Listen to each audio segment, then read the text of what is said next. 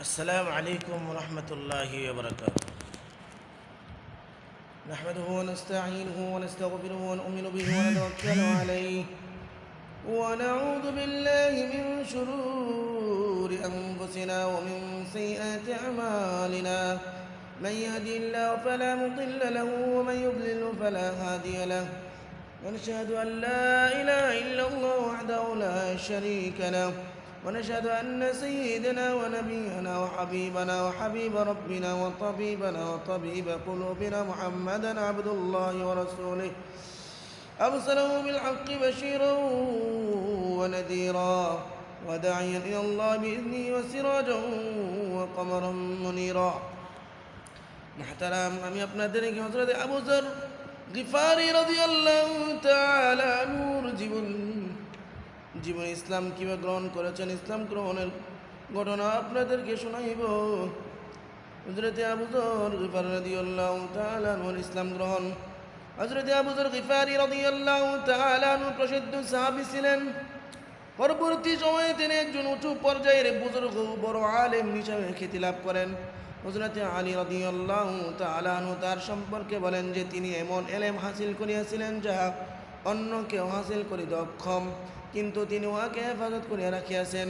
হযরত আবু যর গিফারি রাদিয়াল্লাহু তাআলার নিকট যখন সর্বপ্রথম হুজুর সাল্লাল্লাহু আলাইহি সাল্লামের নবুয়তের সংবাদ পৌঁছিল, তখন তিনি তাহার বাইকে অবস্থা জানার জন্য এই বলিয়া মক্কা পাঠালেন যে ব্যক্তি এই দাবি করে যে আমার নিকট ওহী ও আসমানের সংবাদ আসে, তার ব্যাপারে সকল তথ্য অবগত হইবে এবং তার কথাগুলি গভীরভাবে মনোযোগ দিয়া শুনিবে। তার ভাই মক্কা আগমন করিয়া অবস্থা পর্যবেক্ষণ করিয়া সকল তথ্য সম্পর্কে অবগত হইলেন এবং ভাইয়ের নিকট যাইয়া বলিলেন যে আমি তাহাকে অসদাচর ও সচ্চরিত্র আদেশ করিতে দেখিয়াছি, আর আমি তার নিকট এমন কালাম শুনিয়াছি যা কোনো কবিতাও নয়, কোনো জ্যোতিষীর কথাও নয়। হযরত আবু যর গিফারি রাদিয়াল্লাহু তাআলা আনহু ভাইয়ের এই সংক্ষিপ্ত কথার সন্তুষ্ট হইতে পারিলেন না। কাজে তিনি নিজেই সফরের সিদ্ধান্ত গ্রহণ করিলেন এবং মক্কায় পৌঁছিয়া সোজা মসজিদে হারামে উপস্থিত হইলেন। তিনি হুজুর সাল্লাল্লাহু আলাইহি সাল্লামকে চিনতেন না, কারো নিকট জিজ্ঞাসা করাও সঙ্গত মনে করিলেন না। সন্ধ্যা পর্যন্ত এইভাবে কাটিয়া গেল। সন্ধ্যার সময় হযরত আলী রাদিয়াল্লাহু আনহু দেখিলেন একজন বিদেশি মুসাফির রহিয়াছে। তিনি তাহাকে সঙ্গে করিয়া বাড়িতে লইয়া গেলেন, কেননা মুসাফির গরিব ও বিদেশি লোকদের খোঁজ খবর নেওয়া ও তাহাদের প্রয়োজন মিটাইয়ে দেওয়া এবং এই সকল বুজুর্গদের স্বভাবগত অভ্যাস ছিল। হযরত আলী রাদিয়াল্লাহু তাআলা আনহু তাহাকে ঘরে লইয়া গেলেন এবং তাহার মেহমানদারি করিলেন, কিন্তু তাকে জিজ্ঞাসা করিবার কোনো প্রয়োজন মনে করিলেন না যে তুমি কে, আর কেন আসিয়াছ, কোথায় থেকে এসেছ। মুসাফির নিজেও কোনো কিছু প্রকাশ করিলেন না। পরের দিন সকালে তিনি আবার হারাম শরীফে আসিলেন। সারাদিনে একই অবস্থা কাটিল। নিজেও কোনো খোঁজখবর পাইলেন না এবং কাউকে জিজ্ঞাসা করিলেন না। সম্ভবত এই কারণে যে হুজুর সাল্লাল্লাহু আলাইহি ওয়াসাল্লামের সহিত কাফেরদের শত্রুতার বিষয় খুবই প্রসিদ্ধ ছিল। হুজুর সাল্লাল্লাহু আলাইহি ওয়াসাল্লামকে এবং তার সহিত সাক্ষাৎকার প্রার্থীদেরকে বিভিন্ন প্রকারের কষ্ট দেওয়া হইত। তিনি ভাবিলেন কাউকে জিজ্ঞাসা করিলে সঠিক তথ্য তো পাওয়া যাইবে না, বরং উল্টা সন্দেহের বশবর্তী হইয়া অযথা নির্যাতন ভোগ করিতে হইবে।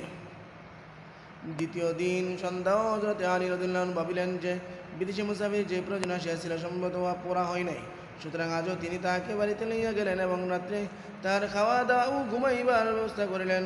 হযরত আলী রাদিয়াল্লাহু তাআলা আনহু হযরত আবু যর গিফারি রাদিয়াল্লাহু তাআলা আনহুর মেহমানদারি করিলেন, ঘরে থাকবার ব্যবস্থা করিলেন, কিন্তু এই রাত্রেও তাহাকে কিছু জিজ্ঞাসা করার সুযোগ হইল না। তৃতীয় রাত্রে আবার সে একই অবস্থা হইল। এইবার হযরত আলী রাদিয়াল্লাহু তাহাকে জিজ্ঞাসা করিলেন যে তুমি কি কাজে আসিয়াছ। হযরত আলী রাদিয়াল্লাহু তাআলা আবু যর গিফারি রাদিয়াল্লাহু তাআলা আনহুকে জিজ্ঞাসা করেন, কিসের জন্য আসিয়াছ, কি উদ্দেশ্যে আসিয়াছ, কোথায় থেকে এসেছো, তোমার আসার উদ্দেশ্যে কি। হযরত আবু যর গিফারি রাদিয়াল্লাহু তাআলা প্রথমে হযরত আলী রাদিয়াল্লাহুকে সত্য বলিবার শপথ ও অঙ্গীকার করাইলেন। তারপর নিজের আগমনের উদ্দেশ্য বর্ণনা করিলেন। হযরত আলী রাদিয়াল্লাহু বলিলেন, তিনি নিঃসন্দেহে আল্লাহর রাসূল। সকালে আমি যখন যাইব, যখন তুমিও আমার সহিত চলিও, আমি তোমাকে তার নিকট পৌঁছাইয়া দিব।